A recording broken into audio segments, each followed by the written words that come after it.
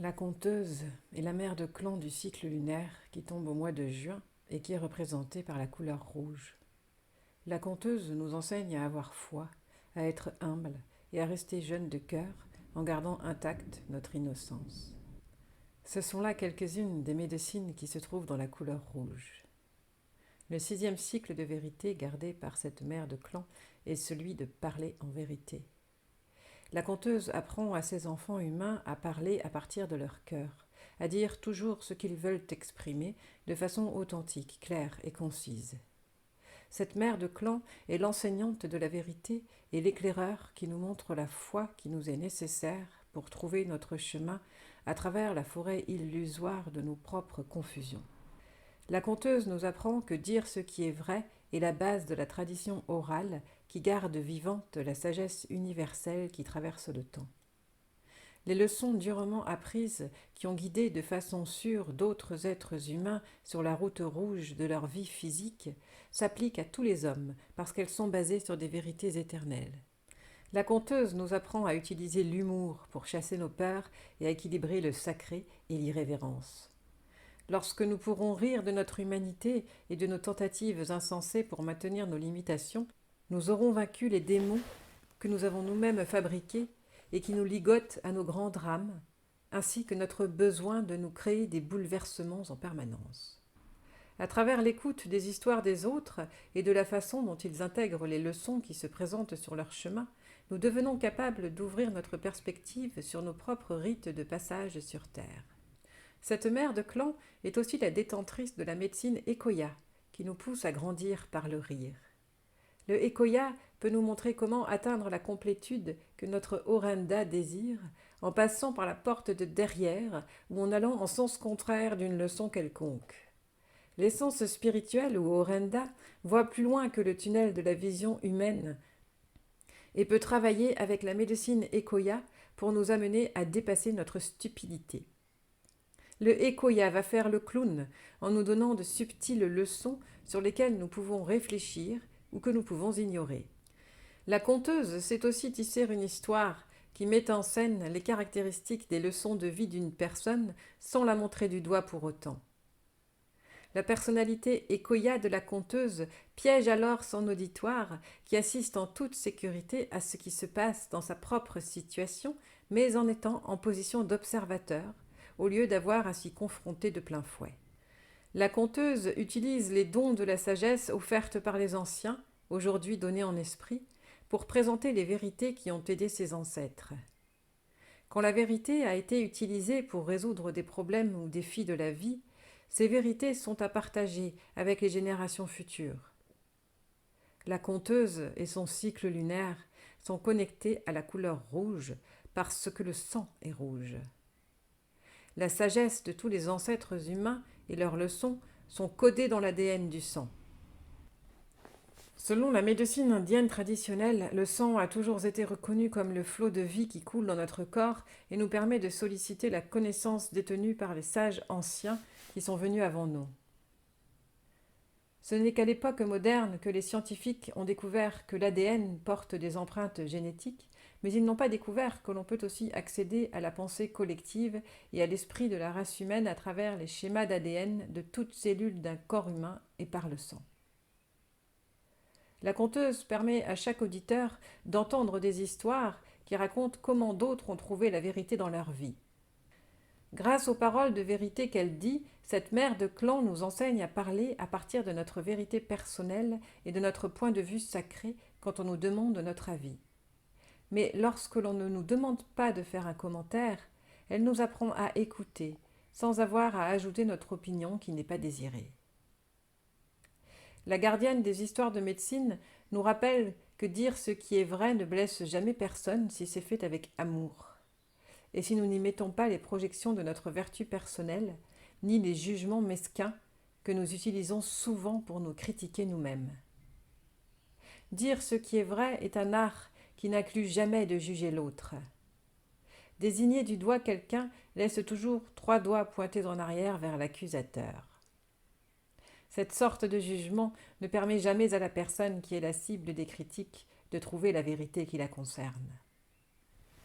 Comme la conteuse, quelqu'un qui veut dire ce qui est vrai, sans désigner du doigt qui que ce soit, peut partager une histoire, racontant la façon dont il ou elle a appris une leçon ou réussi à traverser une crise. Cette enseignante de la vérité nous rappelle que ceux qui émettent des demi-vérités brisent la confiance d'une confidence qu'on leur a faite ou sont à l'origine de rumeurs, agissent ainsi parce qu'ils sont blessés.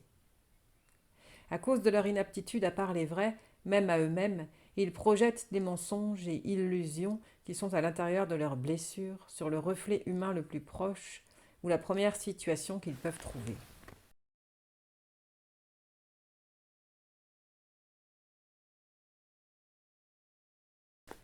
L'art du conte. La conteuse regarda les visages des enfants qui s'étaient regroupés autour d'elle pour écouter des histoires qu'elle allait partager avec eux, avec le conseil de sa tribu du peuple tout petit. Le feu se reflétait sur le visage attentif des petits, donnant à la conteuse une audience d'admirateurs ravis. L'amour qu'ils portaient à la conteuse venait de la façon respectueuse dont la mère de clan les traitait. La conteuse avait enseigné aux précédentes générations de nombreux clans et tribus que les enfants sont des esprits adultes dans de petits corps. Le conseil des enfants devint donc le conseil du peuple tout petit. Le ciel de la nuit était sans lune, amenant des milliers d'étoiles dans le champ de vision. Cette nuit commençait le nouveau cycle lunaire de la lune des maturités. Le bol de médecine étoilé du ciel de la nuit donnait à chacun la sensation que quelque chose de spectaculaire était sur le point de se passer. La brise amenait le doux parfum des fleurs de mimosa qui pendaient des branches du cercle d'arbres autour de la hutte de la mère de clan. Des insectes dansaient en zigzag dans l'air auprès des grands roseaux, de la menthe sauvage et du ruisseau bordé de trèfles rouges qui serpentaient à travers le campement. De temps en temps, les lucioles scintillaient en tremblant dans la chaude nuit d'été. La conteuse décida que c'était le moment parfait pour partager l'histoire qui raconte comment la luciole a eu sa lumière rayonnante. Les enfants qui constituaient le conseil du peuple tout petit étaient enchantés de voir la mère de clan, les étoiles et la danse des lucioles, sans pouvoir décider de ce qui était le plus intéressant pour leurs esprits curieux.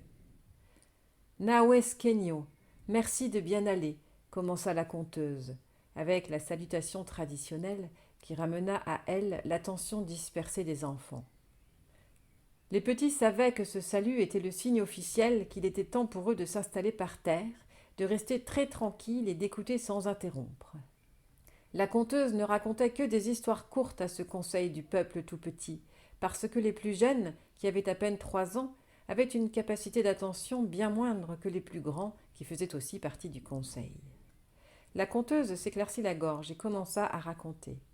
Il y a bien, bien des lunes, on connaissait la luciole sous un autre nom.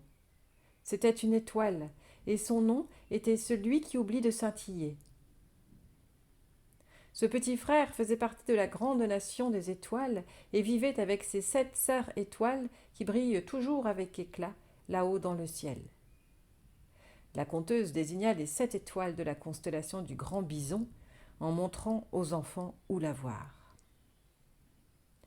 Les 7 sœurs étoiles détenaient les 7 directions sacrées, l'Est, le Sud, l'Ouest, le Nord, en haut, en bas et à l'intérieur.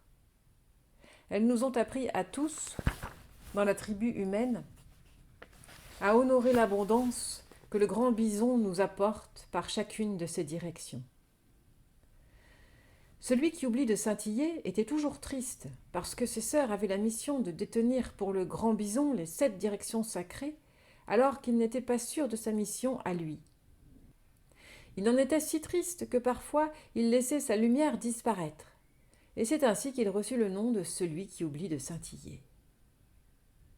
Une nuit, alors que grand-mère Lune montrait sa face ronde, celui qui oublie de scintiller lui demanda la permission de quitter la nation du ciel pour se rapprocher de la terre-mère et en savoir davantage sur le but de sa vie. Grand-mère Lune lui dit qu'il pouvait y aller, mais qu'il devait faire attention à ne pas s'approcher trop près de la terre. Le magnétisme de la terre-mère pourrait l'attraper et l'empêcher de revenir chez lui. celui qui oublie de scintiller fut d'accord pour faire attention et ne voyager que là où il serait en sécurité.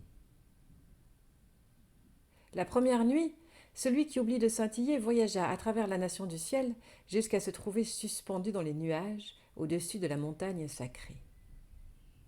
Son cœur était très heureux parce qu'il pouvait voir tous les petits frères et petites sœurs de la tribu des animaux jouer à la clarté de la lune. Il héla frère Coyote et lui demanda s'il pouvait se joindre à lui pour jouer. Le coyote était connu par tous les autres animaux comme le filou, le malin, mais le petit qui oublie de scintiller ne connaissait rien sur les enfants de la terre, parce qu'il n'avait été nulle part ailleurs que dans la nation du ciel. Ce filou de coyote lui cria qu'il serait enchanté si son petit frère Étoile voulait jouer avec lui. Mais le coyote pensait que celui qui oublie de scintiller était bien trop éloigné. Celui qui oublie de scintiller réfléchit un moment, puis décida de venir plus près, en dansant dans le ciel, tandis que le coyote dansait avec lui sur la terre. Le coyote commença à parler au petit frère Étoile très doucement, amenant celui qui oublie de scintiller à se rapprocher encore pour entendre ce qu'il disait. Des paroles amicales de plus en plus douces attirèrent la petite étoile hors du ciel, jusqu'à ce qu'il vienne flotter, juste au-dessus de la tête du coyote. La conteuse s'arrêta un court moment, laissant tous les enfants se demander ce qui était arrivé ensuite. Tous ces visages aux yeux écarquillés étaient rivés aux siens. Aussi, elle éleva la voix de plus en plus fort et finalement cria pour raconter le passage le plus effrayant. Alors, ce misérable vieux filou attrapa celui qui oublie de scintiller et l'avala. Les enfants eurent le souffle coupé. Quelques-uns poussèrent un cri aigu, oubliant toute retenue pour un instant.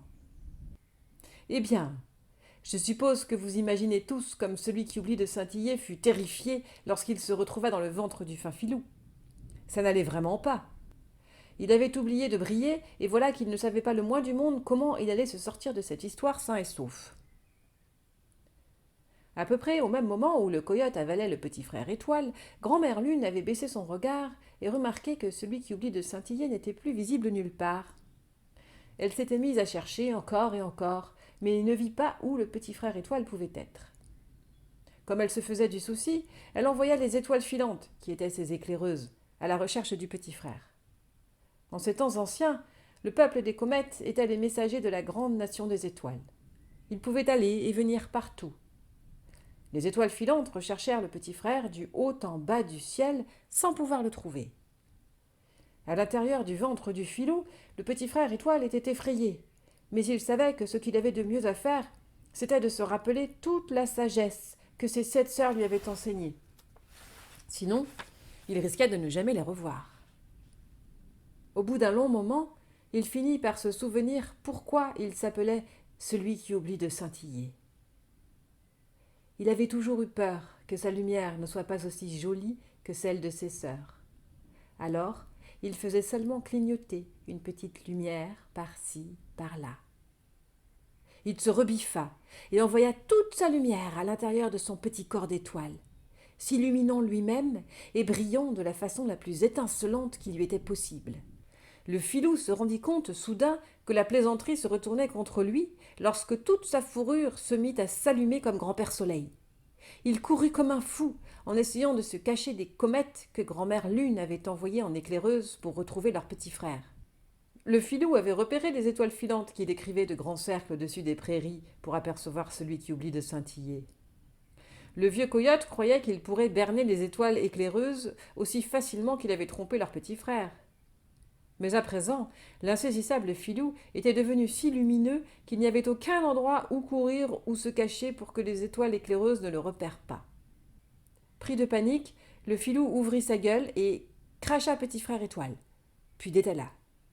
Les étoiles filantes répandirent la nouvelle auprès du peuple des nuages, qui la raconta à ceux du tonnerre, qui la dirent aux éclairs bâtons de feu.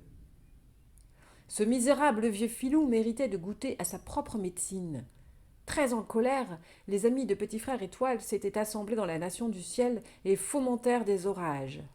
Ils emplirent le peuple des nuages d'êtres de glace et de gouttes de pluie pour tremper et cogner le coyote avec des averses de grêle. Ino, le chef du tonnerre, cracha et gronda ses rugissements. et l'oiseau tonnerre fit battre ses ailes géantes, ce qui produisit un bruit colossal qui arrêta net le filou, tremblant de peur. Pendant ce temps, le petit frère Étoile était devenu prisonnier du magnétisme de la terre-mère. Il ne pouvait plus se détacher du sol et rentrer chez lui. Il continuait à briller magnifiquement, en sorte que ses amis du ciel pouvaient voir où il était. Mais personne ne pouvait le secourir, sous peine d'être aussi attrapé par le magnétisme de la planète Terre. Il appela la terre-mère et lui demanda de le libérer, puis il attendit sa réponse.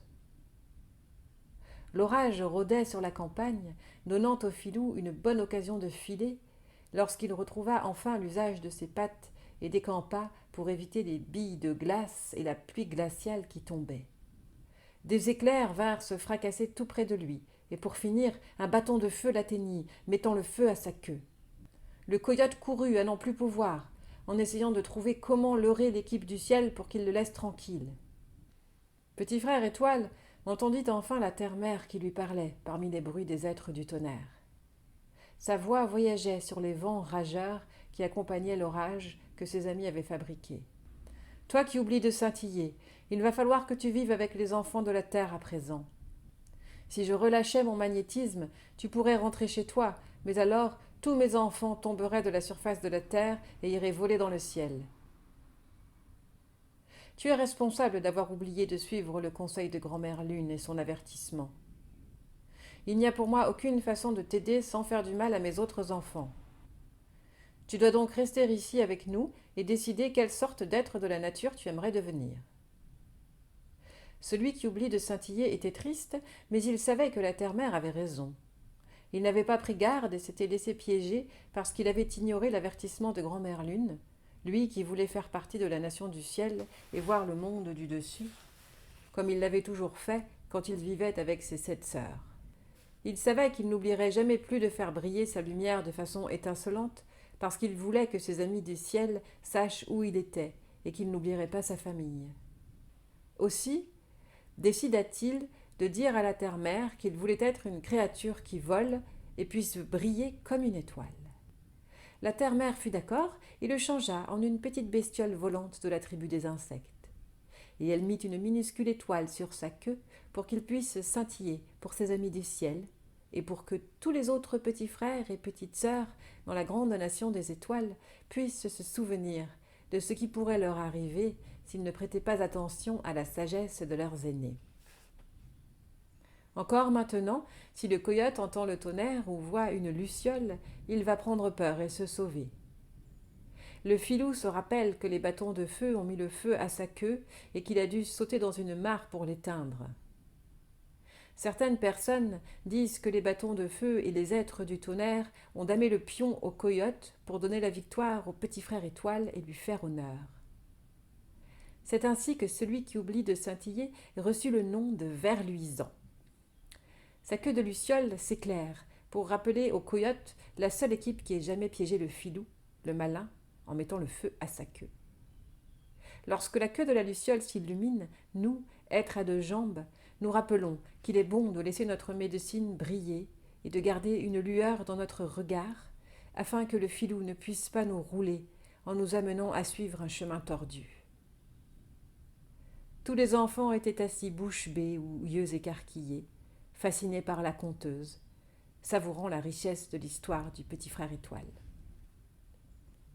Les frères et sœurs aînés s'approchèrent pour amener les tout-petits dans leur hutte pour les apprêter à la venue du marchand de sable. Ils avaient tous entendu la conteuse raconter l'histoire du marchand de sable et savaient que, après l'histoire du soir, le marchand de sable viendrait saupoudrer son sable dans leurs yeux pour les endormir. Si les enfants étaient encore éveillés, le marchand de sable se mettrait en colère et leurs rêves ne seraient pas de jolis rêves. Mais s'ils étaient prêts pour la nuit, le marchand de sable apporterait des rêves heureux aux tout-petits. Tout le monde voulait de beaux rêves, et c'est pourquoi la tribu n'avait jamais eu de difficulté à ce que les enfants mettent leur chaude tenue de nuit pour partir dans le monde des rêves. La conteuse suivit du regard le départ du conseil des tout-petits avec leurs parents et leurs frères et sœurs aînés. Leur petite voix leur disait « Nawe Aksot Ogadenedga Do ». « Merci, grand-mère, je me suis bien amusée. » La mère de clan accueillit ses remerciements et adieux et se prépara à se retirer dans sa hutte. Elle adressa sa reconnaissance silencieuse au grand mystère pour l'enrichissement que les enfants avaient apporté dans sa vie et pour les dons qu'elle pouvait transmettre aux tout petits, en leur donnant ainsi des fondements solides pour leur croissance. Elle fut tirée de ses pensées par le hurlement du loup qui cheminait toujours à côté d'elle en esprit. Son totem lui donnait la capacité de créer de nouveaux chemins pour apprendre et enseigner. Les loups des bois qui vivaient en meute dans les collines au-dessus de la rivière étaient devenus ses amis depuis les nombreuses lunes de maturité où la tribu était venue s'installer auprès de la rivière. Elle avait souvent observé leur façon de chasser et de jouer alors qu'elle explorait les collines là-haut. Elle éleva la voix pour saluer ses frères et sœurs en leur retournant leur salut par un hurlement semblable au leur. Ils répondirent de nouveau au salut de la mère de clan, lui indiquant que le marchand de sable lui faisait signe de se reposer et de rafraîchir son corps pour qu'elle puisse rêver des joies qu'elle rencontrerait le jour suivant. Plus tard, la conteuse, enveloppée dans son vêtement de nuit, rêva de la pie, parfois appelée le petit aigle noir. Dans son rêve, la pie chevauchait le bison en se régalant des insectes ramassés sur sa fourrure. À la lumière du soleil brillaient le noir et le bleu sombre et irisé des plumes de la pie, éclatant parmi les touches blanches des plumes qui ornaient ses ailes et sa queue. Dans le rêve, la pie enseigna sa médecine, qui était le don de soulager la douleur des autres.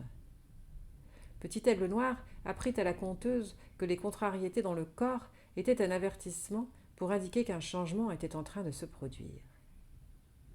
La pie raconta à la conteuse que certains des êtres à deux jambes refusaient de traverser quelque sorte de gêne physique que ce soit, parce qu'ils ne comprenaient pas que les frissons et la fièvre étaient la façon dont le corps se débarrassait de certaines limitations. Quand la tribu humaine avait compris les leçons de croissance qui résidaient dans le défi de ce qui les gênait, la pie leur envoyait son esprit pour enlever les difficultés physiques et la douleur. Comme l'aigle dont elle portait le nom, la pie montrait aux deux jambes comment trouver la liberté. L'aigle enseignait la liberté de l'esprit et la pie enseignait à laisser la compréhension et la liberté de l'esprit pénétrer dans le corps. Dans le rêve, la conteuse était l'auditoire, de la même façon que les enfants étaient ses auditeurs à l'état de veille. La protectrice de l'humour faillit se réveiller lorsqu'elle partit à rire en entendant la pie rabâcher à propos de sa cousine des régions tropicales de l'île de la Tortue. La pie décrivit sa cousine ailée comme possédant le plus gros bec imaginable et des plumes aux couleurs brillantes. Du fait que le bec de cette cousine était si gros comparé à son corps, elle était connue pour mettre son nez dans les affaires de tout le monde. Mais en fait, elle repérait tout ce qui pouvait faire du mal. Le petit aigle noir désigna cette cousine comme le toucan et dit que sa médecine était le système d'alarme de la jungle. La cousine toucan visitait parfois les rêves de ceux de la tribu humain qui vivaient loin, très loin, pour les rendre plus observateurs. Lorsqu'un ennui ou un danger s'annonçait, le toucan volait à travers la jungle dans le monde tangible ou bien envoyait son esprit voler à travers le temps du rêve pour donner l'alerte à ceux qui devaient tenir compte du danger signalé. La pie suivait presque toujours le toucan, en volant à travers les rêves des humains pour leur montrer comment éviter les leçons douloureuses qu'ils rencontreraient s'ils n'étaient pas conscients des signaux d'alerte ou de danger qui jalonnaient leur parcours sur la route rouge de la vie. Petit aigle noir dit à la gardienne des histoires de médecine à quel point les avertissements de sa cousine au gros bec pouvaient enseigner aux humains à prendre conscience de situations où ils pourraient perdre leur sentiment de bien-être. Le toucan envoyait un avertissement dans les cas où la vie était menacée, rappelant aux imprudents rêveurs que la vigilance pouvait les sauver d'une atteinte physique. Comme le toucan vivait dans une partie très lointaine de l'île de la Tortue, c'est à travers le rêve que la pie avait amené sa médecine à la mère de clan, donnant à la conteuse connaissance de la médecine du toucan pour qu'elle bénéficie de sa protection si jamais elle en avait besoin. La conteuse remercia le petit aigle noir pour sa présentation et pour les leçons qu'elle avait ainsi découvertes dans son rêve. Lorsque la conteuse s'éveilla, elle constata que la lumière de grand-père Soleil ne gratifiait pas encore le ciel matinal. Aussi resta-t-elle allongée en silence, réfléchissant sur la médecine qu'elle avait reçue pendant la nuit. Sa tête s'emplissait d'histoires qui venaient l'une après l'autre, apportant de nouvelles façons de partager la sagesse qui lui avait été amenée. Elle éprouva une sensation de nouveauté en respirant l'odeur des plantes couvertes de rosée que lui apportait la brise du matin. La conteuse écouta la chanson de l'eau de la rivière qui courait auprès de sa hutte et fut heureuse. Les traditions orales continueraient à vivre aussi longtemps que ceux qui parlaient le langage des vérités éternelles continueraient à les transmettre de génération en génération, donnant aux enfants humains sur la terre une façon de comprendre leur vie. C'était un bonheur de participer à ce legs oral. C'était un grand bonheur que les animaux qui enseignent veuillent bien partager leur médecine avec elle, pour qu'elle puisse la transmettre à travers les contes qu'elle racontait. La gardienne des histoires de médecine ferma les yeux un moment et vit l'esprit de son nouvel ami, le toucan. Silencieusement, elle laissa ses pensées demander au toucan si cet être ailé avait envoyé son esprit auprès d'elle pour une raison particulière ou s'il était juste venu la saluer au début de cette nouvelle journée. Le toucan parla à la conteuse. Il lui murmura un message qui pour toujours resterait dans les mémoires de la protectrice de l'humour. « Mère, je suis venu te dire que bien des changements vont arriver aux deux jambes au cours du passage des mondes. Mon avertissement est double. Si les enfants de la terre oublient de rire d'eux-mêmes, ils périront par leurs actes. Ces actes qu'ils font quand le sérieux étrangle leur sens du jeu et du rire. La tribu humaine a besoin qu'on lui montre comment utiliser l'humour pour désamorcer des situations qui pourraient être douloureuses ou destructrices pour eux. S'ils oublient d'équilibrer le sacré avec l'irrévérence, la joie de vivre sera perdue. La deuxième partie de mon avertissement concerne la garde des traditions orales. Quand une histoire s'est transmise à travers les générations et contient une vérité, les voies avisées de la médecine qu'elle propose soutiendront les humains dans leur croissance à travers le temps. Laisser ces histoires s'éteindre serait une injustice. Les enfants de la terre changeront, et certains perdront leur connexion au monde de la nature. Mais, même si c'est seulement à travers leurs rêves, les histoires de médecine les maintiendront connectés au reste de leur famille planétaire. Quiconque peut dire ce qui est vrai en racontant un conte qui offre aux auditeurs une manière de réfléchir sur leur vie, sans accuser qui ou quoi que ce soit, apportera aux hommes ma médecine des avertissements. Et si ces avertissements leur permettent de revenir à l'équilibre dans leur vie, ils parviendront à l'unité. La conteuse remercia le toucan pour son double avertissement, puis montra à son amie à plume qu'elle avait vraiment compris ce message, en lui répliquant « Ainsi, ma sœur céleste au gros bec, je dois me souvenir que si l'on ne fait pas attention à la sagesse contenue dans le récit des contes, on peut se retrouver à montrer sa queue au monde. » La conteuse et l'esprit du toucan rirent de bon cœur. La lumière du soleil traversait la grisaille d'avant l'aube. Les sévères conseils avaient été pris à cœur et compris. La menace des dures leçons que pouvait amener le déséquilibre renvoyait à la douleur et au chagrin humain, mais le rire avait damé le pion aux nuages noirs que représentaient les limitations humaines. Ces nuages qui semblaient cacher les joies qui peuvent se découvrir dans le fait d'être un humain. La conteuse comprit et désira faire face au futur avec ses enfants en ayant toujours à l'idée que chaque être humain avait à trouver ses vérités pour lui-même afin de suivre l'évolution de l'esprit. Elle sut que ces histoires seraient un réconfort pour ceux qui se sentiraient fatigués sur la piste sacrée et que pour cette raison, elle leur en ferait cadeau. Ainsi, la vérité de la sagesse continuerait à se dire, la parole des traditions sacrées se perpétuerait, cela ne disparaîtrait jamais.